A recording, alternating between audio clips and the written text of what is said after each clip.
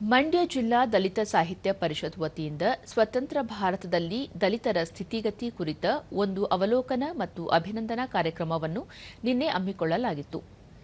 ಮಂಡ್ಯ ನಗರದ ಕರ್ನಾಟಕ ಸಂಘದ ಕೆಎ ಶಂಕರಗೌಡ ಸಭಾಂಗಣದಲ್ಲಿ ನಡೆದ ಕಾರ್ಯಕ್ರಮವನ್ನು ಪರಿಷತ್ನ ಗದಗ ಜಿಲ್ಲಾ ರಾಜ್ಯಾಧ್ಯಕ್ಷ ಡಾ ಅರ್ಜುನ್ ಗೊಳಸಂಗಿ ಉದ್ಘಾಟಿಸಿದರು.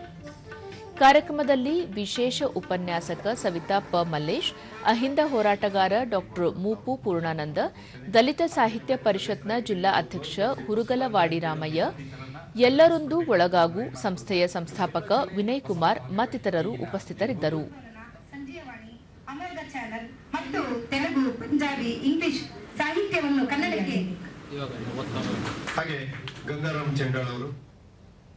ಬಳಿಕ ಡಾ ಅರ್ಜುನ ಗೊಳಸಂಗಿ, ಶೋಷಿತರ ವಿರುದ್ಧ ನಿರಂತರ ದೌರ್ಜನ್ಯ ಹಾಗೂ ಅಪಮಾನ ಪ್ರಕರಣಗಳು ನಡೆಯುತ್ತಲೇ ಇವೆ.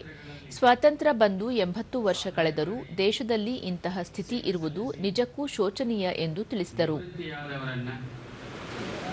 ಕೆಲವು ಕ್ಷೇತ್ರಗಳಲ್ಲಿ ಮತ್ತೆ ತಮ್ಮ ವೃತ್ತಿಯನ್ನ ಮುಂದುವರಿಸಿದವರನ್ನ ಅಭಿನಂದಿಸುವ ಒಂದು ವಿಶಿಷ್ಟ ಕಾರ್ಯಕ್ರಮ ಇದೆ. ಡಾಕ್ಟರ್ ಮಪು ಪೂರ್ಣಾನಂದ, ದೇಶದಲ್ಲಿ ಜಾತಿ ಪದ್ಧತಿ ಎಲ್ಲಿಯವರೆಗೂ ಇರುತ್ತದೆಯೋ ಅಲ್ಲಿಯವರೆಗೂ ಜಾತಿ ಹೆಸರಿನಲ್ಲಿ ದೌರ್ಜನ್ಯಗಳು ಮುಂದುವರಿಯುತ್ತಲಿರುತ್ತವೆ. ಜಾತಿ ವ್ಯವಸ್ಥೆ ನಾಶವಾದಲ್ಲಿ ಮಾತ್ರ ಸಮಾನತೆ ಬರಲು ಸಾಧ್ಯ ಎಂದರು. ಎಲ್ಲಿವರೆಗೂ ಜಾತಿ ಇರುತ್ತೋ ಅಲ್ಲಿವರೆಗೂ ಈ ತರದ ಸಮಸ್ಯೆಗಳು ಈ ದೇಶದಲ್ಲಿ ನಿರಂತರವಾಗಿ ಇರುತ್ತವೆ.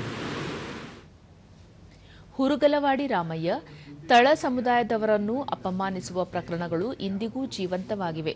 ಇದಕ್ಕೆ ಶಾಶ್ವತ ಪರಿಹಾರ ಕಂಡುಕೊಳ್ಳಬೇಕಾದ ಅಗತ್ಯವಿದೆ ಎಂದರು. ಪ್ರತಿದಿನ ಜೀವನವನ್ನು ಸಾಗಿಸುವಂಥದ್ದು ಭಯಭೀತಿಯಿಂದಲೇ ಸಾಗಿಸುವಂಥದ್ದು ಪ್ರಾರಂಭವಾಗಿದೆ. ಈ ರೀತಿಯ ಪರಿಸ್ಥಿತಿ ಇಡೀ ದೇಶದಲ್ಲಿ ಶುರುವಾಗಿದೆ. ಇದೊಂದು ರೀತಿಯ ಅಘೋಷಿತ ತುರ್ತು ಪರಿಸ್ಥಿತಿಯ ರೀತಿಯಲ್ಲಿ ಇದೆ.